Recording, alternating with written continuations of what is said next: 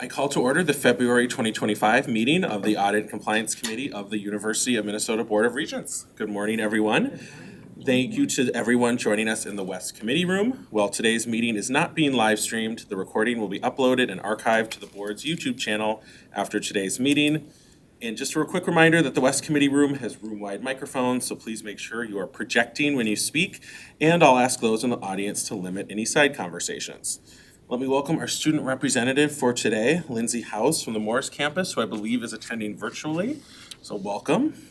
And we'll move right on to our first item of business this morning is to discuss the audit work completed since the December 2024 meeting. Here to provide the update, our controller, Molly Viola from the university's appointed independent external audit firm, Clifton Larson Allen LLP, Principal Jean Bouchong, Principal Daniel Persad, Manager Michael Anderson, and Manager Jacob Catrice.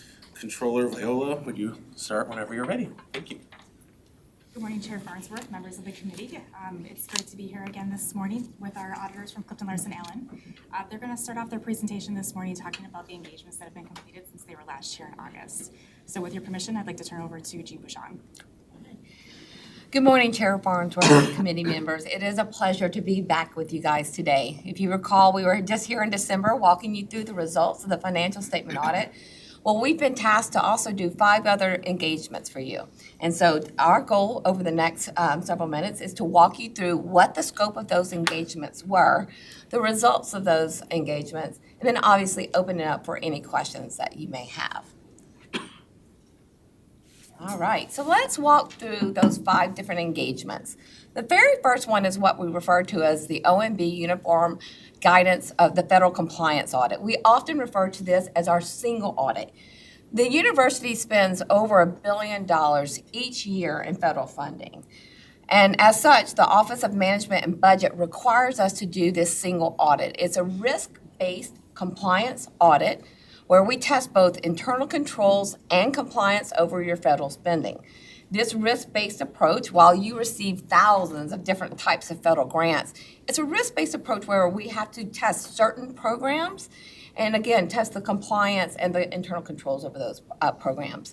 The end result is to issue an audit opinion over whether or not you are in material compliance with those programs. And in just a bit, I'm going to turn it over to my colleague, Jake, to walk you through the results of that engagement. The next engagement is required by the Minnesota Office of Higher Education. You also receive money from the state for state aid, and very similarly, we're required to do an examination over the compliance, or are you following the regulations that surround the spending of those monies, okay? And then my colleague Daniel will walk you through the results of that engagement. The next 3 engagements are what we refer to as agreed upon procedures, okay? Those are different from the last 2 engagements that I just described. The last 2 engagements, we do issue an opinion. These next 3 engagements are simply that, agreed upon procedures. The regulators outline certain procedures they want to see done over these monies, and I'm going to describe those in just a bit. And then we simply report the results, what we found when we did those exact procedures. So we don't issue an opinion, but we do tell you in these reports what we identified. So for example, that first one, the NCAA agreed upon procedures for the Twin Cities. The athletic department of the campus is required to report athletic revenues and athletic spending.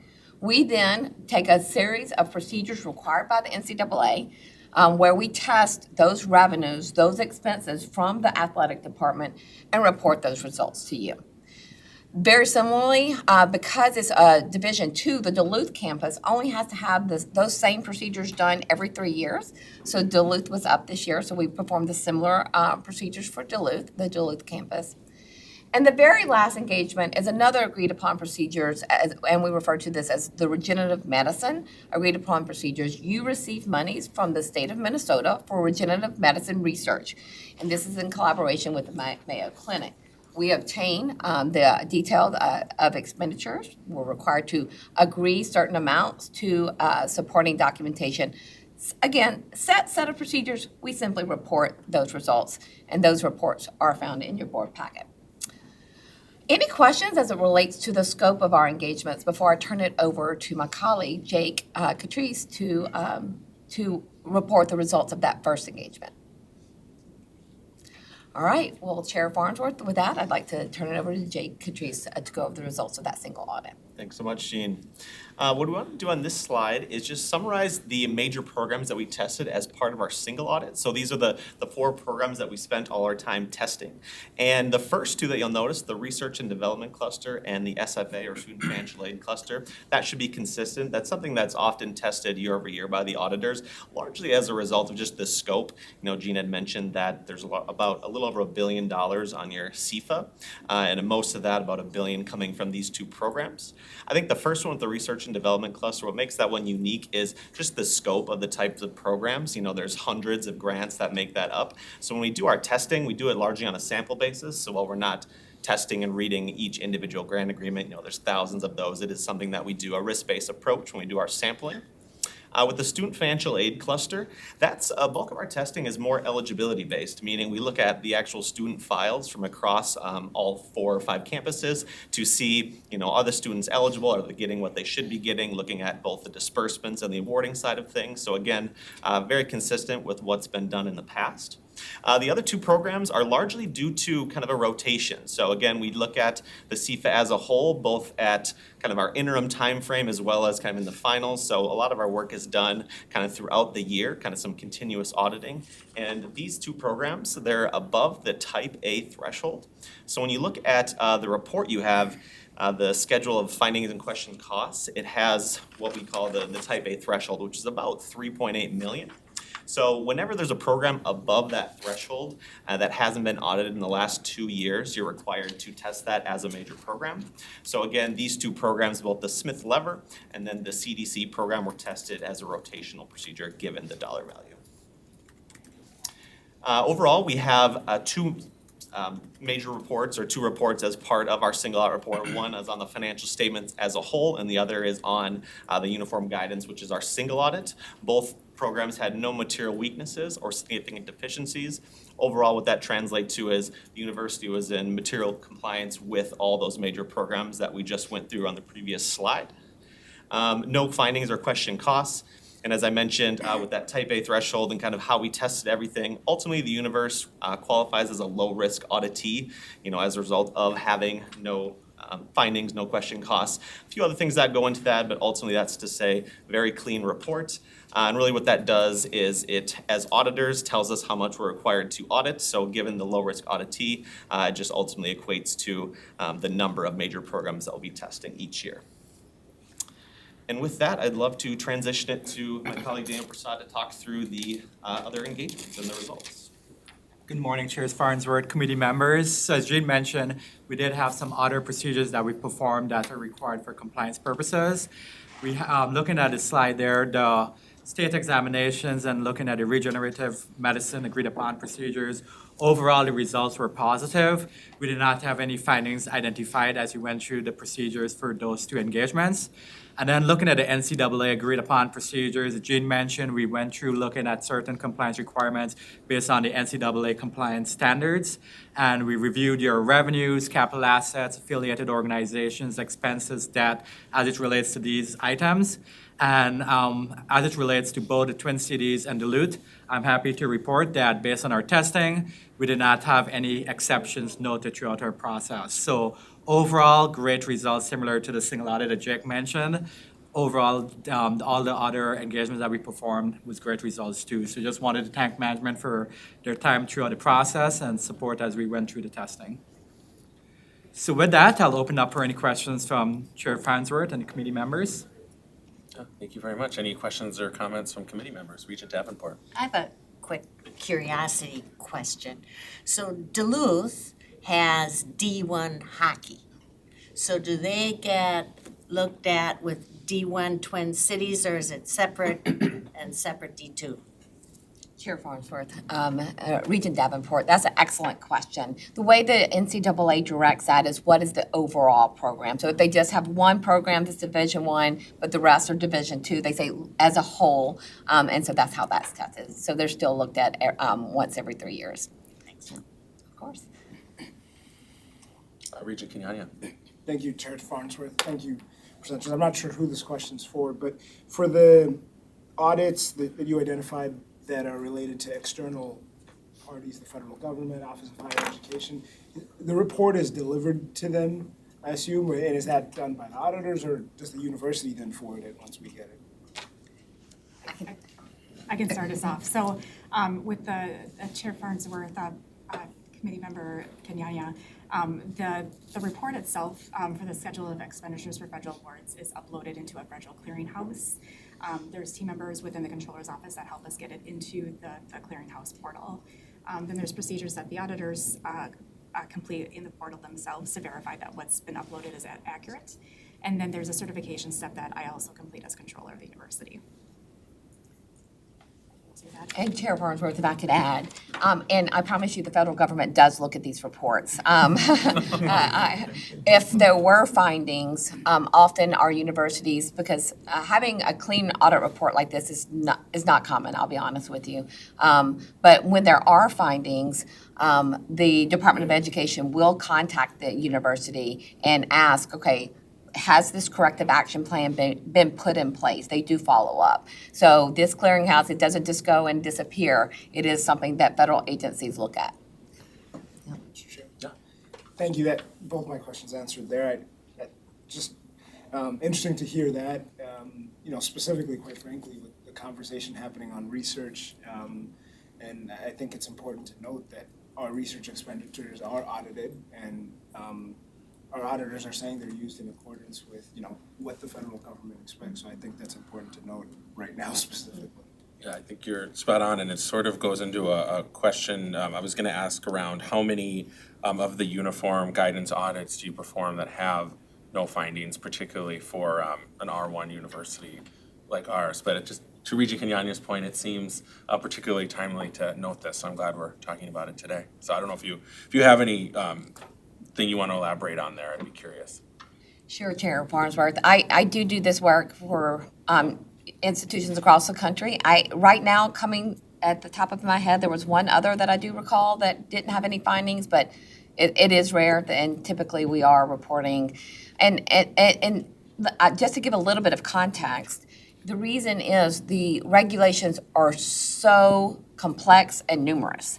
And even if we have a tiny little exception where for the financial statement audit, we have this concept of materiality. For this, if an I is not dotted, we have to report it. And so not to put those other universities in a bad place, because sometimes it's a lot of compliance, particularly as it relates to student financial aid. What the Department of Education has us test each and every year as it relates to eligibility and ensuring that the disbursements are correct to students and they're done timely and the reporting is accurate, it takes weeks of testing. So you can imagine what the university just has to do to remain in compliance. And so to sum that up, essentially is that to have a finding, when and if we ever do report, it's not like, what am I trying to say, the end of the world. It's common, and you want those identified so that you can correct it, right? But in the end, it was a great process to work with the institution and to see that they had those controls and processes in place so that they do remain in compliance. Thank you. Any other questions or comments? Yeah, Regent Johnson. Seems like our auditor and this team should be commended for, especially our internal folks. Sounds like you're doing a very good job. And I always admired Clifton Larson Allen. I've known you for years just because we wanted to start a course on teaching proper finance methods to Indian tribes.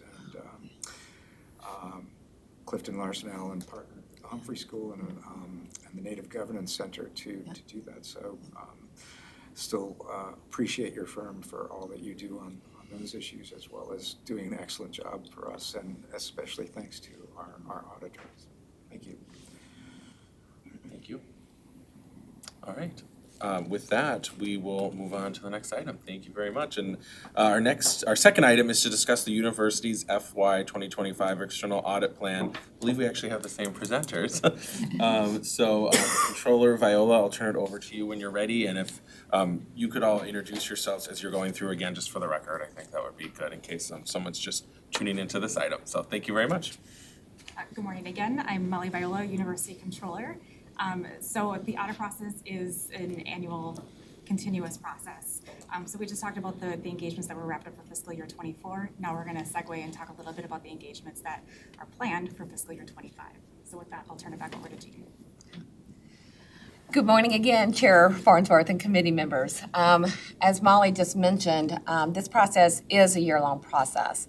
Last year was our first year working with the university, and it is our pleasure to kick off the FY25 process. And we do believe we're building a fantastic partnership where we collaborate, and planning is part of that. Proper planning is the only way to have a successful engagement year. So also as part of that planning,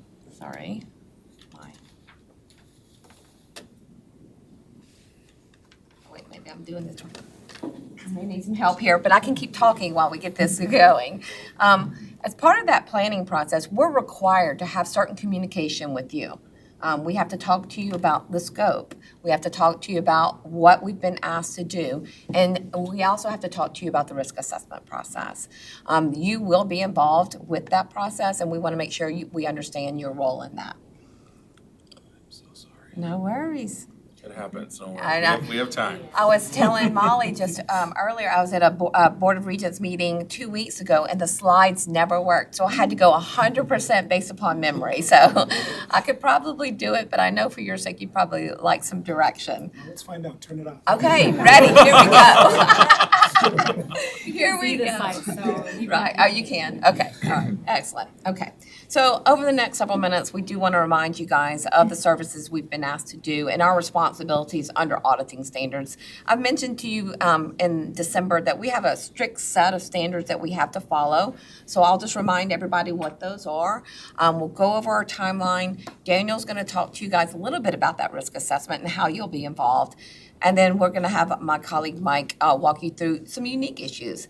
The Government Accounting Standards Board never lets us have a boring year. And so we're going to have some new standards and regulations we're going to have to implement over the next year.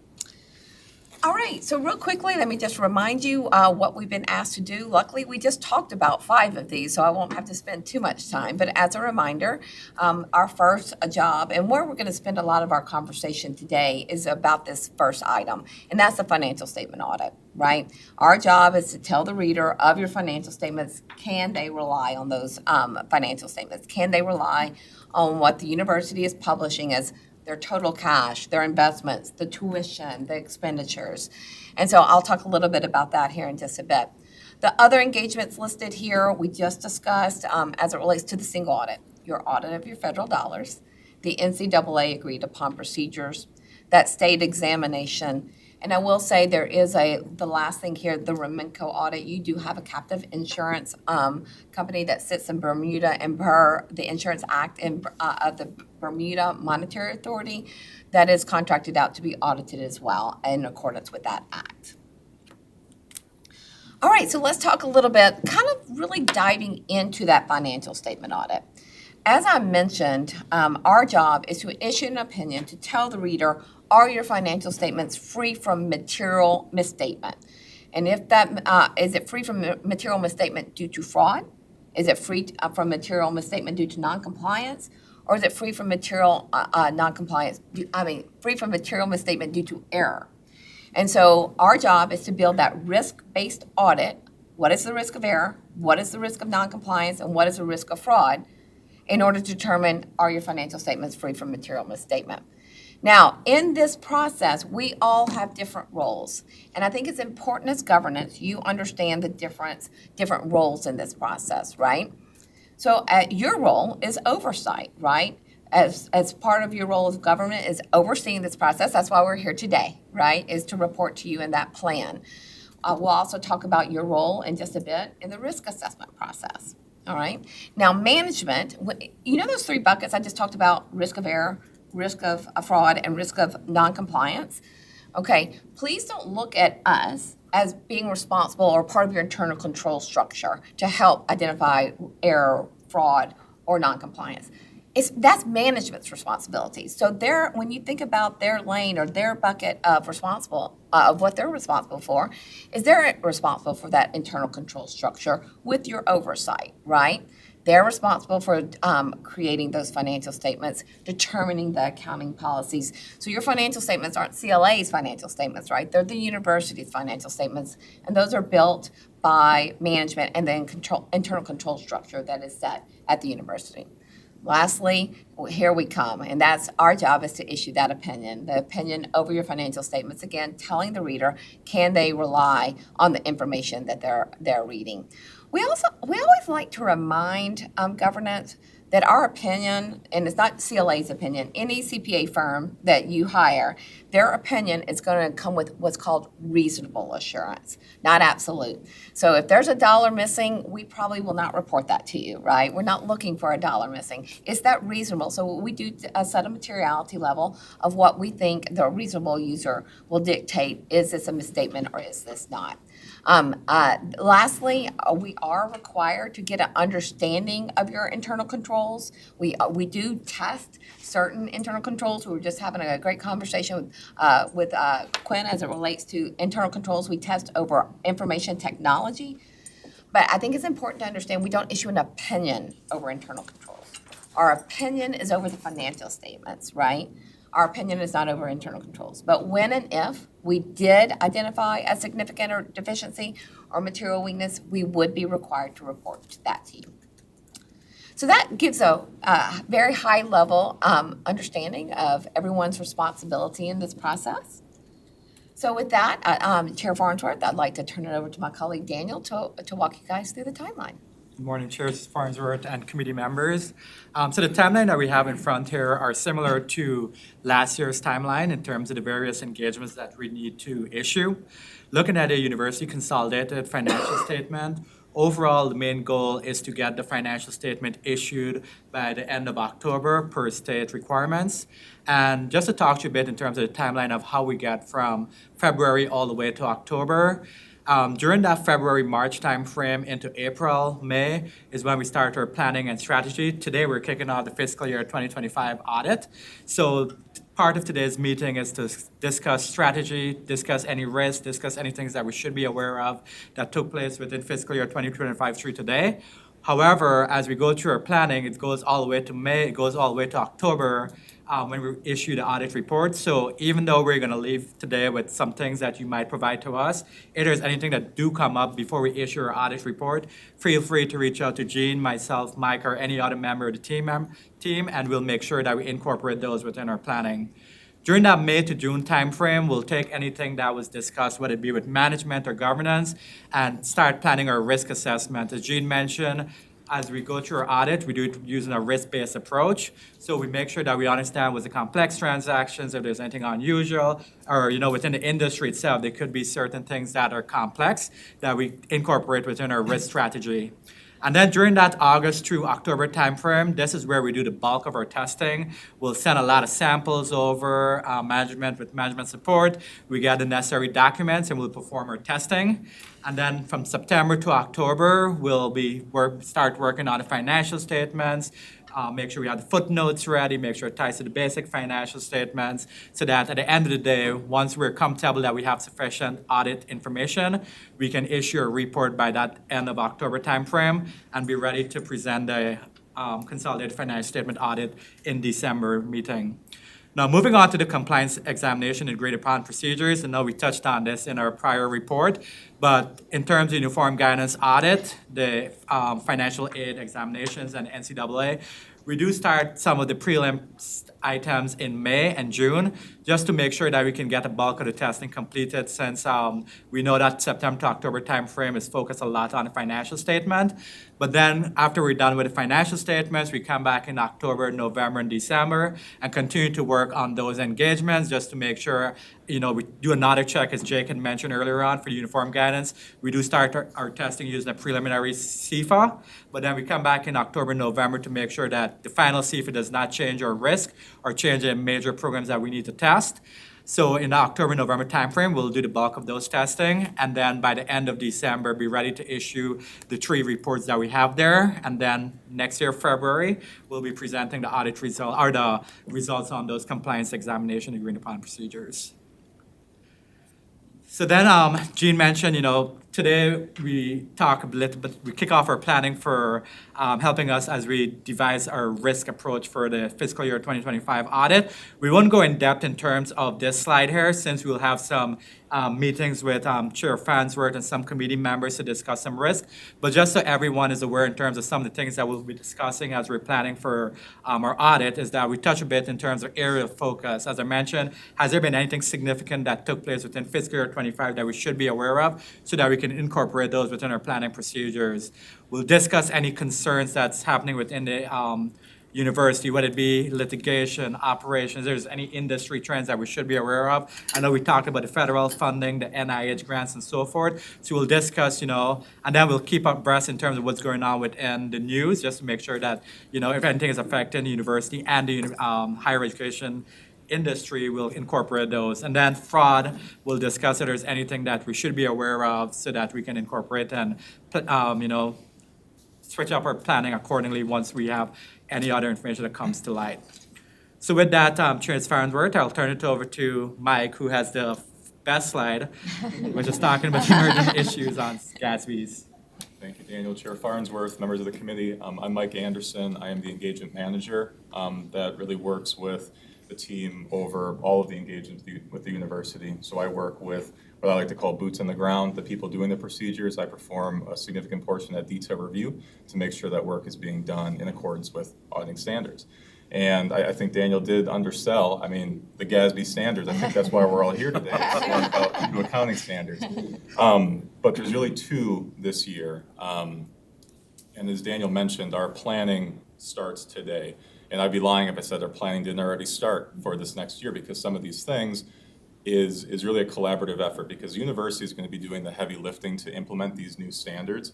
But as they're working through the process, we never recommend crossing your fingers, hoping when we get to the audit timeframe you did it right. We like to be a resource where they can bounce ideas off of to make sure, is this going to pass when you really do the detailed testing?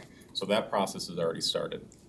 But for this group, it is important that you understand these 2 standards, because as you're reading through the financial statements, you'll want to know maybe why a balance has changed from the prior year, or maybe something is presented a little bit differently. So I'll give a high-level review of these new standards without getting too granular, because it can be a little nauseating getting into some of these details. Some of these standards are 76 pages long.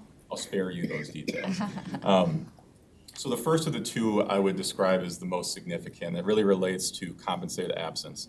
So think about paid time off, sick leave, vacation.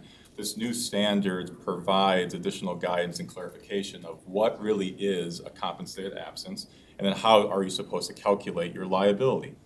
And the key feature of this new guidance really may result in an increased liability. And I'm not saying it will result. It really involves a process of evaluating what benefits are offered to employees in the university using certain estimates based on historical information and expected future activities, what that liability involves. But the reason I say it may increase is there was a threshold previously that was probable. That was the terminology, probable. And if you quantify that to a percentage, it's about 75%. This new standard lowers it down to more likely than not. And again, I think in December I mentioned that us accountants love to use our colorful vernacular. That more likely than not is actually 51%. So there is a potential for the liability to increase. And when that happens, it shouldn't be cause for alarm, because that's an industry-wide standard that's affecting different universities. So are there any questions on that upcoming standard? Okay. And then the second of the 2, I would expect it to be less impactful, but I think it can be alarming when you initially hear what the new standard requires. So this new standard really expands and refines what disclosures are required for 2 items: concentrations which is defined as a lack of diversity in a particular financial reporting area, as well as constraints, which is a limitation imposed on some sort of third party, think regulating body, to maybe limit the ability to raise revenue, limit the ability to take out debt. There are 3 criteria that say when an additional disclosure surrounding a certain situation is required. 1 is the existence of a constraint or concentration. 2 is, would that constraint or concentration have a significant impact on the financial statements? And 3 is really the key. And I'll say, you don't want to go hunting for this, right? The guidance is not meant for you to go try to find concentrations and constraints. That 3rd criteria is, was there an event that raised the risk or raised the impact of these constraints or concentrations within the next 12 months? So an example I like to give that's not particularly applicable to the university, think of a county that has a municipal airport. And that municipal airport has one primary customer that provides 90% of their revenue. Well, if they found out that customer was entering bankruptcy, that would all of a sudden raise the level of the importance of that concentration, and then there would be disclosure regarding it. So I don't anticipate this being significant in this upcoming year, but it is something that, again, when we're doing these year-long planning, planning process, it's something we work with the university to help identify. They can ask questions of us to say, does this meet the criteria? Any questions on that piece or any questions on our overall planning? I'll open it up to committee members for any questions. Regent Davenport. Thank you, Chair, and I might not ask this right just because of my lack of understanding. So the Gatsby compensated absences, reducing that probability to more likely than not, that's a big gap in there. And so I'm guessing that at the university, as employees accumulate sick leave and all that, there's some big payouts at the end. But we're already doing that math so that cash on hand is there. And so that change shouldn't change anything for us, and we've been, I don't know what the term would be, liquid, or all along. I don't know if that makes sense. Chair Farnsworth, Regent Davenport. So we do have a team that's analyzing the impacts of this right now. So trying to look at what the university's historical approach has been to certain compensated absences, and looking at what the trends are in regards to how some of those absences are being used, to come up with kind of a predictive calculation to understand what that liability could be. So it's an analysis that we'll go through to try to determine whether or not there's going to be a significant impact to the university. At the end of the day, what I'm understanding is that there are several compensated absences where we're already taking the right steps to be compliant with this approach. So Unit A would Unit A be different than Unit B in terms of how they look at it? So that if Unit A all of a sudden had 10 retirements and they only anticipated 5, that they'd have that there. And Unit B, who didn't really plan for that, had 12 and they thought they'd have 5. Is it different among the units, or across the university, do we plan on all that the same? So I can't speak to how the units do it, but from a university standpoint, we would look at it kind of holistically when we're preparing our calculation for the university's financial statements. Vice Chair Gully. Thank you, Chair, and thank you, presenters. I am just wondering, I realize that this is a moving target at this moment, but how are we considering the potential financial impacts of the things that are coming down from the current federal administration and how that might affect the university? That's a thing that's big on my mind right now. Chair Farnsworth, Vice Chair Gully, I don't know that I'm the right person to answer some of those questions.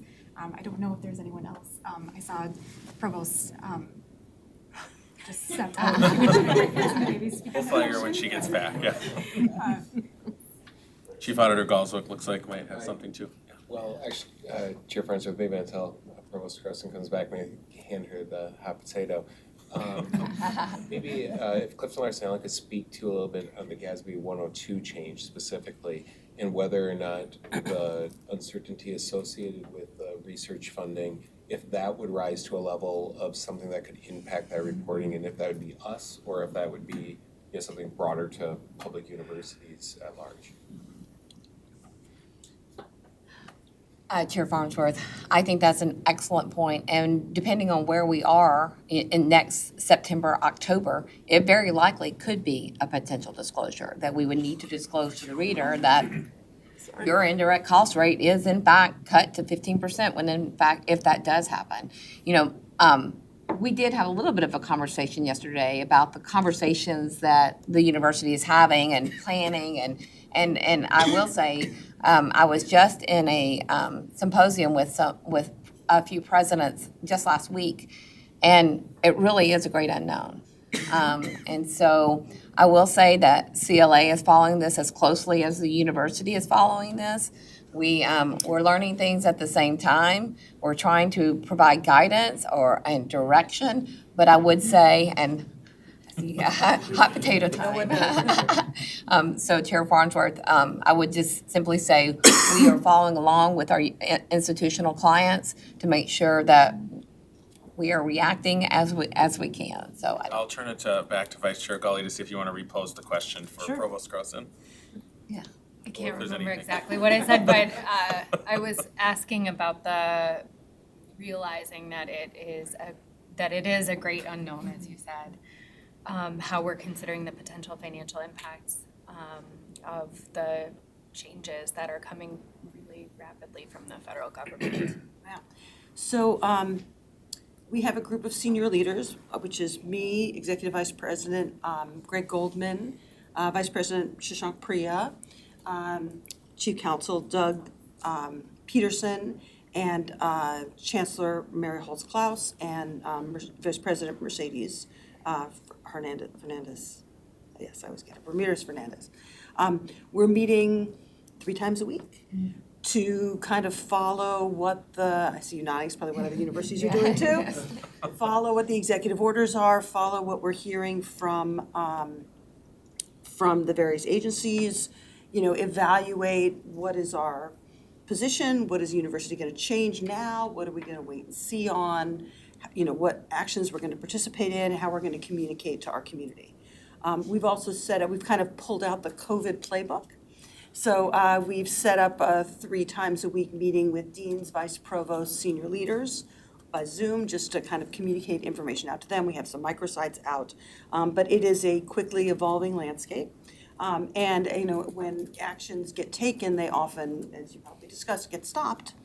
And then you're in this kind of holding pattern while we're waiting for things to resolve. So we have, in addition to pulling out the COVID playbook, we've pulled out the COVID term pivot. So we are preparing to pivot as needed. Thank you. Any follow-up? No, thank you. I appreciate it. I'll just add that from this presentation, really appreciated the slide on responsibilities and the different buckets of responsibilities. I think that's a important overview, not only for the committee, but for any folks who may be interested in this and how the university approaches these responsibilities from the different lenses. I think our conversation already naturally went to this, but on the risk assessment and governance input, I think the other concerns bucket will be of particular interest in this next year, and that's where the industry and the national trends conversation fits in. And then my only question, and maybe it's more just elaborating on something that was said around how is the standard to determine reasonable versus absolute assurance met? If you could just elaborate a little bit on that, that would be great. Appreciate it. Thank you. Yeah, for certain. And that is dictated by auditing standards. And auditing standards do come with certain considerations around materiality and how you can determine that materiality. That input comes from you when we have that interview. That input comes from your readers. what of your readers, what will they be interested in reviewing your financial statements? And will a $1 error change their mind about the tuition? If you report, you know, I'm just easy numbers, $1 million or $1,001,001, will that change their mind about your financial? Probably not. And so it really is about understanding that there is a difference between absolute and reasonable, but reasonable is still a strong level of assurance. Thank you. Any other questions or comments? All right, well, thank you very much for both of the presentations. This was really helpful. Appreciated the conversation this morning. Regent Kenyanya wasn't here to make his joke that I think he's made a couple times about doing a Reminko oversight visit. Right, yes, I'll yes. be the one that says it. Right. Yes. Anyways, thank you. Thank you very much. Our final item this morning is an update on internal audit activities and results since the October meeting, and I'll turn it over to Chief Auditor Galsworth. Thank you, Chair Farnsworth, members of the committee. So the internal audit update is on page 184 of your document materials. I'm going to begin with the internal audit update summary on page 186. There's a couple of areas to highlight here. First is an update on our annual audit plan. As reported in October, we're still running slightly behind schedule due to a few unexpected extended absences, staff turnover and hiring, and given our FY24 carry forward audits took longer than expected. However, we expect to complete or initiate all of our audits in the audit plan still this fiscal year. From a staffing perspective, we have one financial auditor position open, and we're in the process of posting that job. So if there's anybody you know, let us know. Again, great place to work. I'll move on to follow-up results on page 188 of your materials. So the implementation rate of essential recommendations this period was 27%. That's below the expected rate of 40%, but again, there's caveats, and I want to clarify here. Only 34% of all the outstanding essential items are past due, and in addition, the lower implementation rate for this period is partly due to audits receiving first-time follow-up this period that have a number of essential recommendations that are outstanding but not yet past due. Over half of the unresolved recommendations are from audits receiving first-time follow-up, with the majority of them coming from one audit, the HIPAA governance and oversight audit. As a reminder to the committee, the HIPAA governance and oversight audit is a complex audit, and there's multiple units that are involved with the remediation of these issues. And as discussed with the committee in September, we've held time on the May agenda to discuss recent audit reports, and we're tentatively planning to have the administration provide an update on this particular audit and the remediation efforts to give the committee a little bit more perspective on it. Overall, we believe management continues to make adequate progress on outstanding issues, and as a part of a broader review of OIA's reporting to the committee following our quality assurance review, it may be prudent to again discuss if the 40% implementation rate is the right metric we want to use, or if there's some other metrics that we want to think about going forward. Again, as the complexity of our audit issues have expanded, and in some cases, it is known from the get-go that these are multi-year efforts, so does it make sense to use this rate? So something we're going to keep revisiting, and I may try to provide some other options to the committee going forward. But in the meantime, I'll continue to inform university leadership and the committee if additional support or frankly pressure is needed to move the remediation of these items along. There are 3 audits that have a total of 3 items that are over the 2-year threshold, which are further detailed on page 189 of your materials. The first is related to safety training, which was covered in depth in a presentation by AVP Bonasen to the committee in October.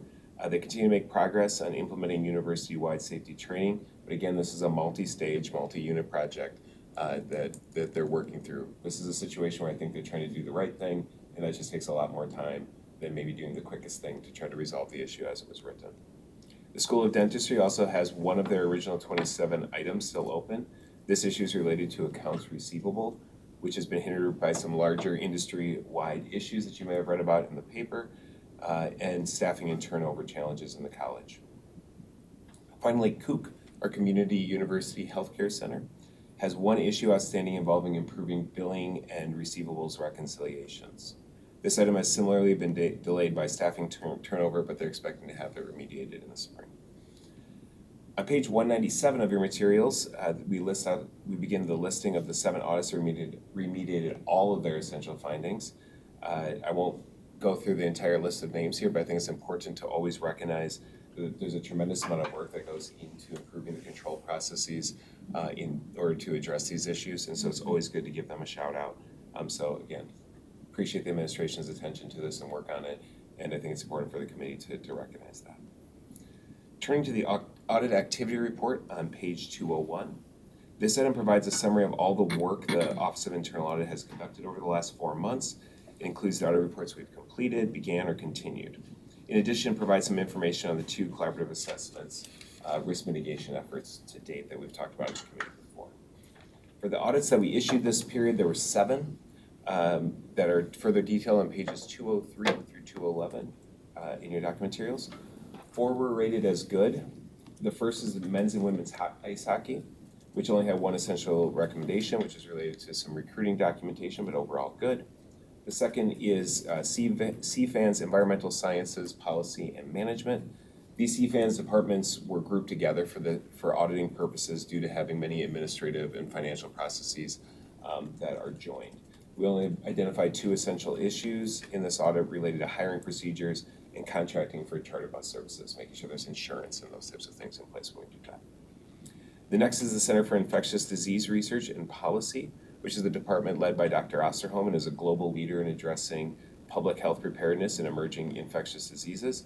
We similarly identified only a few administrative issues.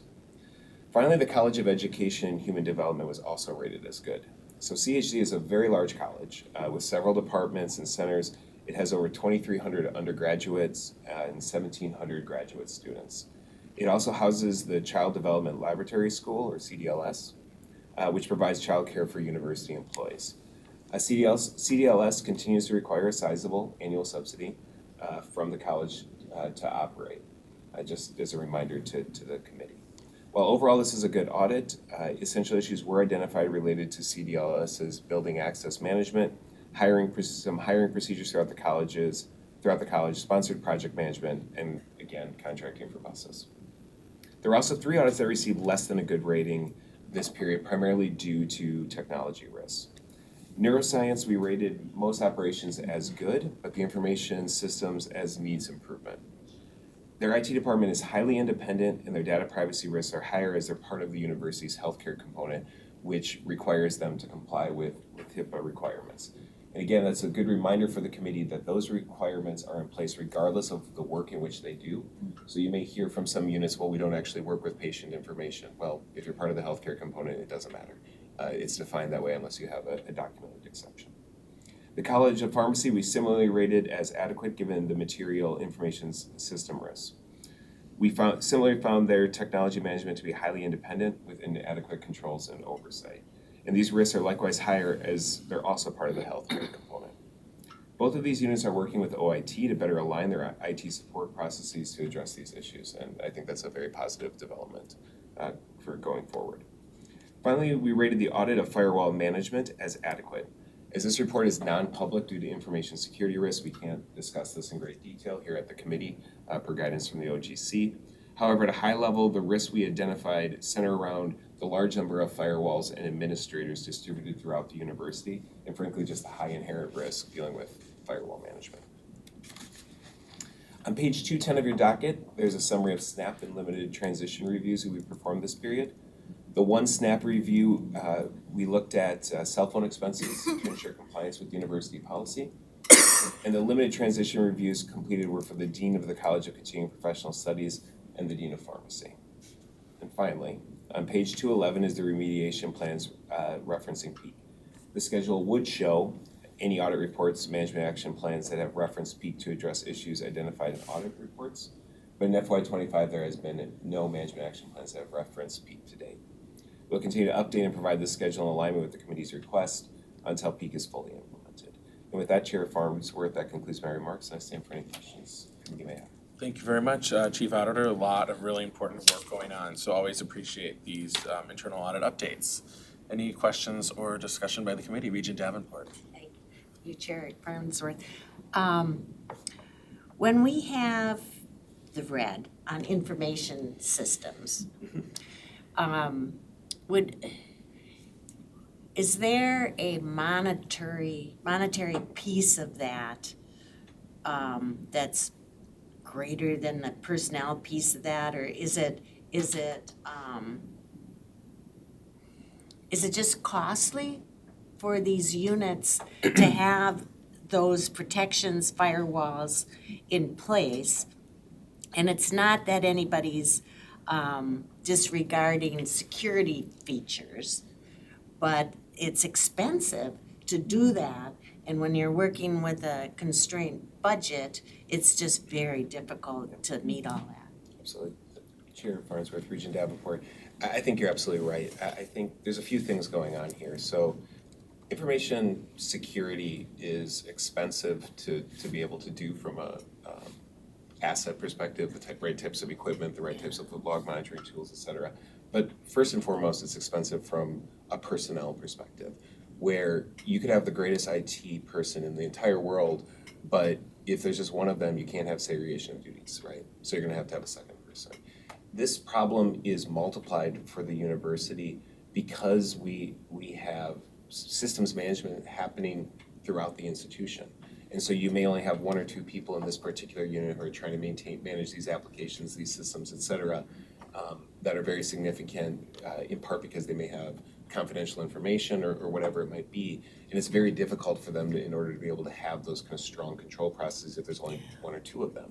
That's why when I point to, especially when we're thinking about compliance risk, them working with OIT, which has a unit referred to as HST, Health Sciences Technology, that specializes in providing services that comply with HIPAA.